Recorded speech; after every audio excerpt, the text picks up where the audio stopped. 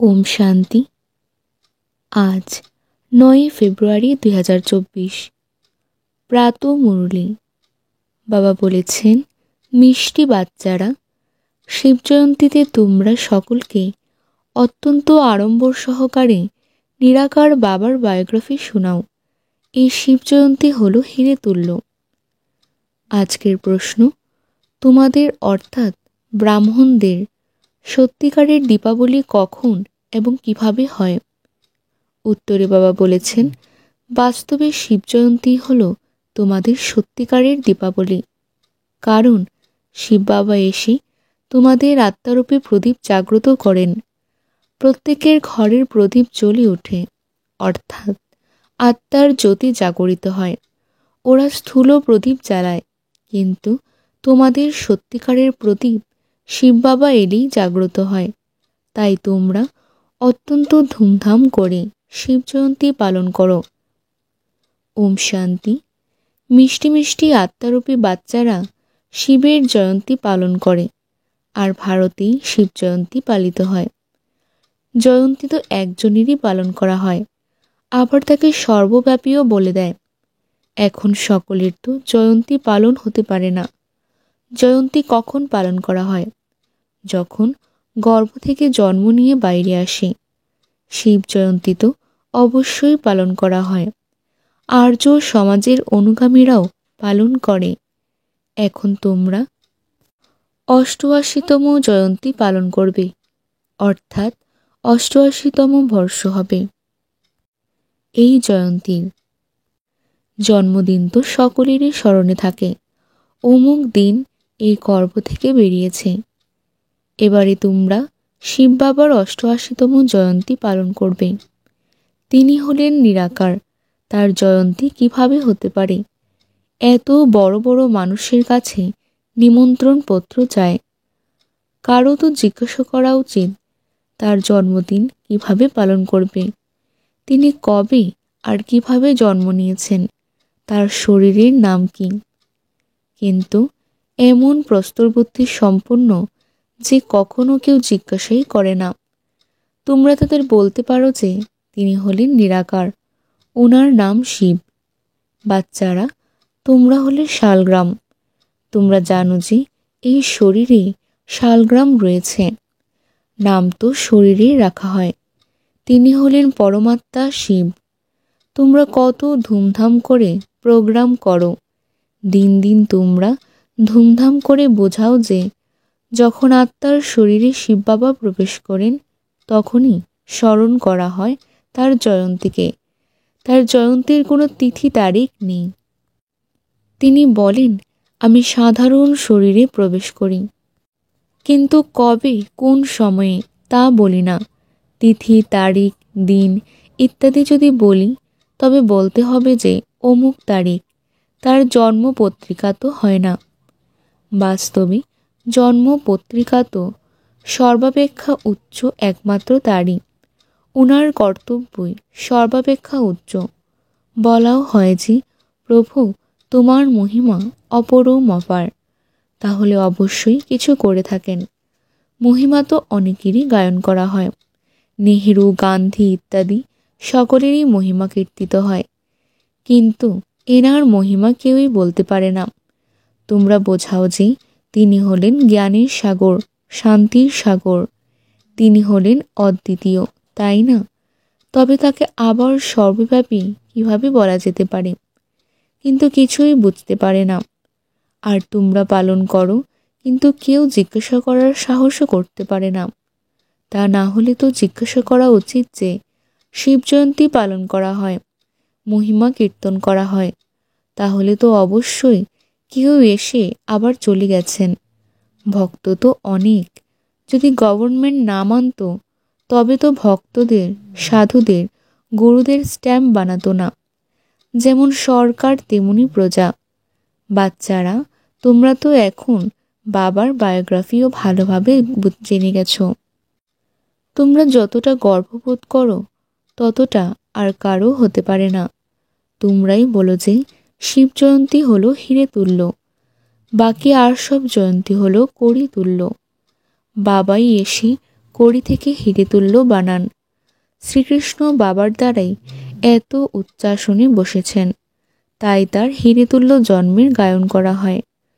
প্রথমে কড়িতুল্য ছিল, পরে বাবা এসে হিরেতুল্য বানান। মানুষ এ কথা জানে না। কৃষ্ণকে এমন পৃথিবীর প্রিন্স কে বানিয়েছেন?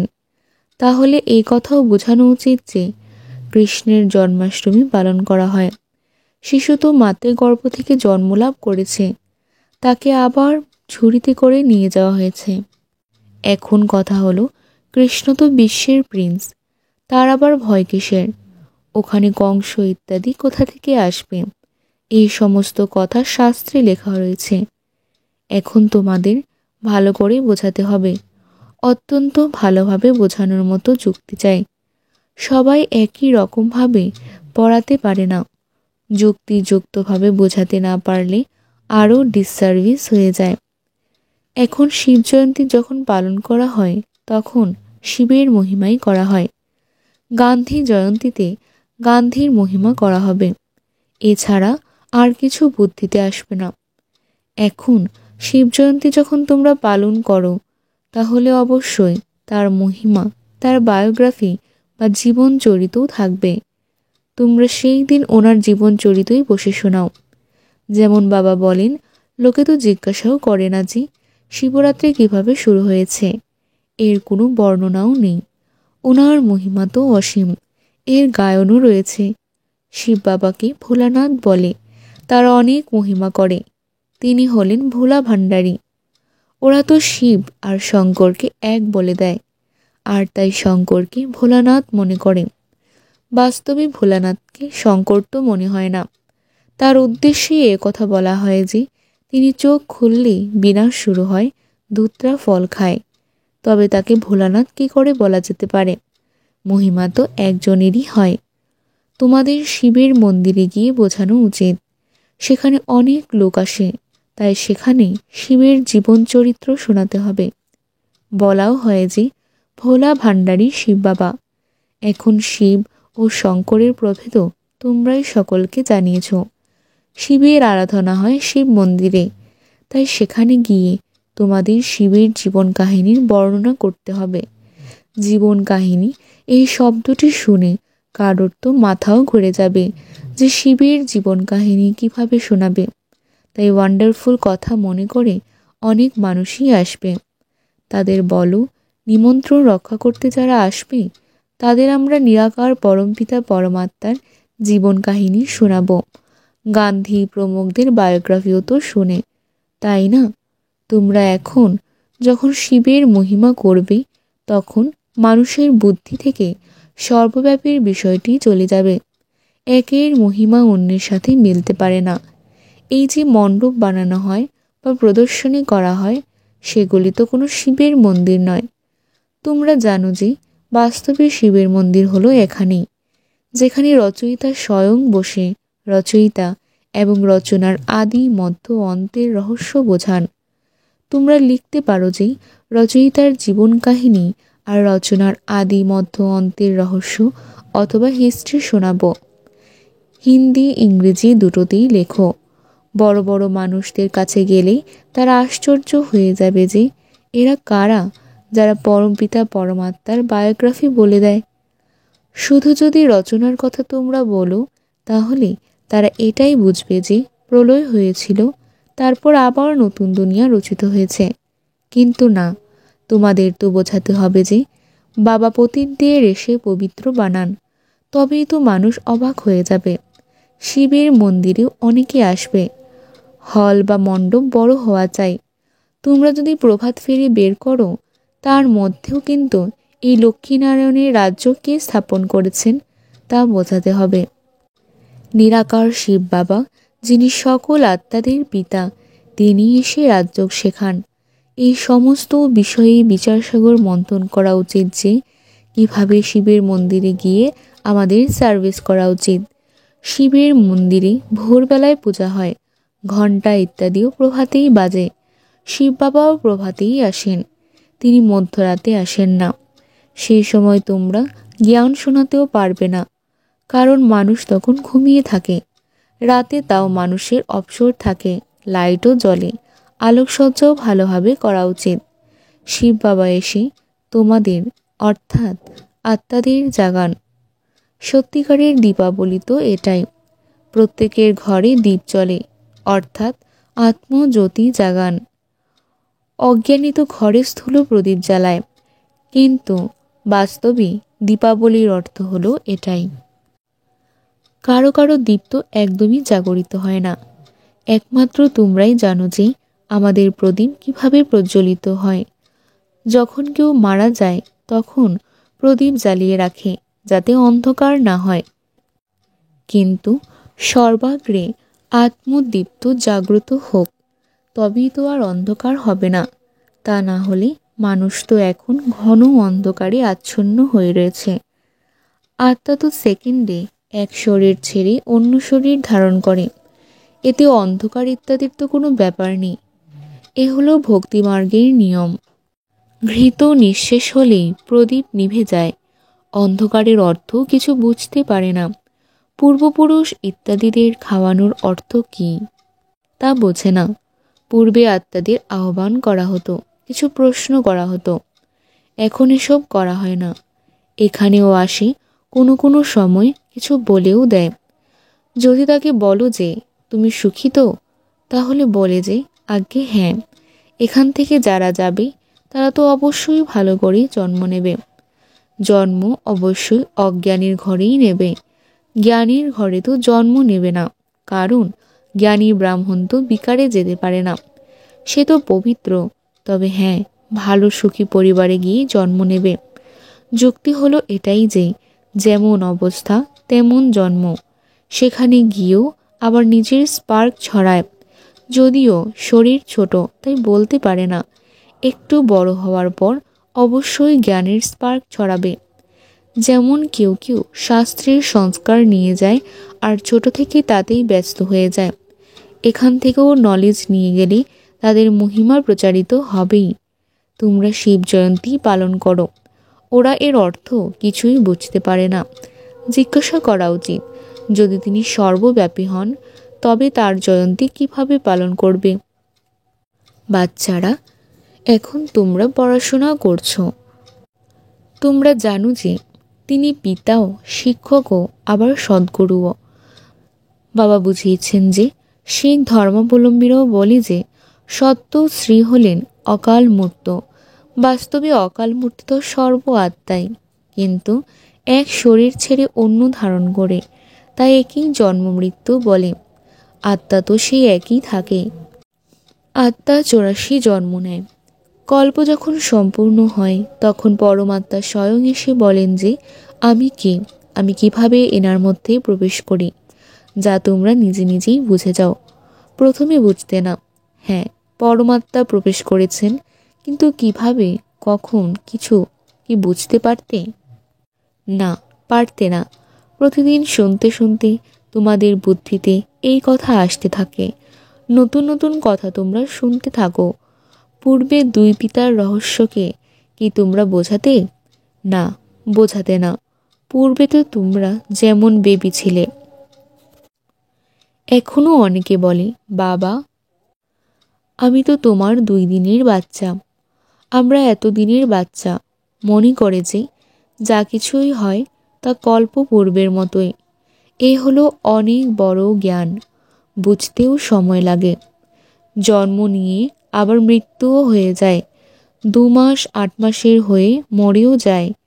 তোমাদের নিকটে এসে বলেও যে এটাই সঠিক, উনি হলেন আমাদের পিতা আর আমরা হলাম ওনার সন্তান। তারা হ্যাঁ হ্যাঁ বলে। বাচ্চারা বলেও যে তারা অনেক প্রভাবিত হয়ে যায়, কিন্তু বাইরে বেরিয়ে সব শেষ, মৃত্যু আর আসেই না। তাহলে কি হবে? হয় পরে এসে রিফ্রেশ হবে, অথবা প্রজাগুলি আসবে। এইসব কথা বোঝাতে হবে। আমরা শিব জয়ন্তী কিভাবে পালন করি, শিব বাবা কিভাবে সদ্গতি করেন। শিব বাবা স্বর্গের উপহার নিয়ে আসেন, স্বয়ং বলেন যে আমি তোমাদের রাজযোগ শেখাই, বিশ্বের মালিক বানাই। বাবাই হলেন হ্যাভেনের রচয়িতা, তাহলে তিনি অবশ্যই আমাদের হ্যাভেনের মালিক বানাবেন। আমরা ওনার বায়োগ্রাফি বলি, কিভাবে স্বর্গের স্থাপনা করেন, কিভাবে রাজ্য শেখান। তোমরা এসে শেখো। যেভাবে বাবা বোঝান সেভাবে কি বাচ্চারা বোঝাতে পারে না? এর জন্য অত্যন্ত সুদক্ষ বাচ্চা চাই। শিব মন্দিরে খুব ভালোভাবে উৎসব পালিত হয়। তোমাদের সেখানে গিয়ে বোঝানো উচিত। লক্ষ্মীনারায়ণের মন্দিরে গিয়ে যদি শিবের জীবন কাহিনী শোনাও তবে কারও তো যুক্তিযুক্ত মনে হবে না, কেউ মনোযোগ সহকারে শুনবেও না। তখন আবার তাদের বুদ্ধিতে ভালো করে তা বসাতে হবে। লক্ষ্মীনারায়ণের মন্দিরে অনেকে আসে, তাদেরকে লক্ষ্মীনারায়ণ রাধাকৃষ্ণের রহস্য বোঝাতে পারো। ওনাদের আলাদা আলাদা মন্দির হওয়া উচিত নয়। কৃষ্ণ জয়ন্তীতে তোমরা কৃষ্ণের মন্দিরে গিয়ে বোঝাবে। কৃষ্ণকে গৌরবর্ণের, আবার কৃষ্ণকে শ্যাম বলা হয়, কিন্তু কেন? ওরা বলে গ্রামের ছোড়া, গ্রাম্য যখন তখন নিশ্চয়ই গরু ছাগল চড়াবে, তাই না? বাবা অনুভব করেন যে আমিও গ্রামেরই ছিলাম, না ছিল টুপি না জুতো। এখন স্মৃতিতে আসে যে আমি কি ছিলাম, পরে কিভাবে বাবা এসে প্রবেশ করেন। তাই সকলেই বাবার থেকে এই লক্ষ্য পেয়েছে যে বাবাকে স্মরণ করো, তিনি হলেন সকলের সদ্গতিদাতা। তোমরা রামচন্দ্রের জীবন কাহিনীও বলতে পারো। কখন থেকে ওনার রাজত্ব শুরু হয়েছে, কত বর্ষ হয়েছে, এমন এমন বিচার আসা উচিত। শিব মন্দিরে শিবের বায়োগ্রাফি শোনাতে হবে। লক্ষ্মীনারায়ণের মন্দিরে লক্ষ্মীনারায়ণের মহিমা করতে হবে। রামের মন্দিরে গেলে রামের জীবন কাহিনী শোনাবে। এখন তোমরা দেবী দেবতা ধর্ম স্থাপন করার পুরুষার্থ করছো। হিন্দু ধর্ম তো কেউ স্থাপন করেনি, এছাড়া হিন্দু কোনো ধর্মও নয়। এ কথা সরাসরি বললে রুষ্ট হবে, মনে করবে যে এ কোনো খ্রিস্ট ধর্মাবলম্বী। তোমরা বলো আমরা হলাম আদি সনাতন দেবী দেবতা ধর্মের, যাকে আজকাল সকলেই হিন্দু ধর্ম বলে। আচ্ছা, মিষ্টি মিষ্টি হারানিধি বাচ্চাদের প্রতি মাতা পিতা বাপদাদার স্মরণের স্নেহ সুমনার সুপ্রভাত। আত্মাদের পিতা তার আত্মারূপে বাচ্চাদেরকে জানাচ্ছেন নমস্কার। আমরাও বাবাকে জানাচ্ছি অনেক অনেক শ্রদ্ধা, ভালোবাসা, নমস্কার আর সুপ্রভাত। ধারণার জন্য মুখ্যসার 1 নম্বর পয়েন্ট, ধুমধাম করে শিব জয়ন্তী পালন করো। শিব বাবার মন্দিরে গিয়ে শিবের, আর লক্ষ্মীনারায়ণের মন্দিরে গিয়ে লক্ষ্মীনারায়ণের বা রাধাকৃষ্ণের বায়োগ্রাফি শোনাও। সবাইকে যুক্তিযুক্তভাবে বোঝাও। 2 নম্বর পয়েন্ট, অজ্ঞানতার অন্ধকার থেকে সুরক্ষিত থাকার জন্য জ্ঞানঘৃত দ্বারা আত্মারূপী প্রদীপকে সদা প্রজ্বলিত রাখতে হবে। অন্যদেরও অজ্ঞানতার অন্ধকার থেকে বের করে আনতে হবে। আজকের বরদান, সর্ব খাজানাতে সম্পন্ন হয়ে নিরন্তর সেবা করে অফুরন্ত অখণ্ড মহাদানী ভব।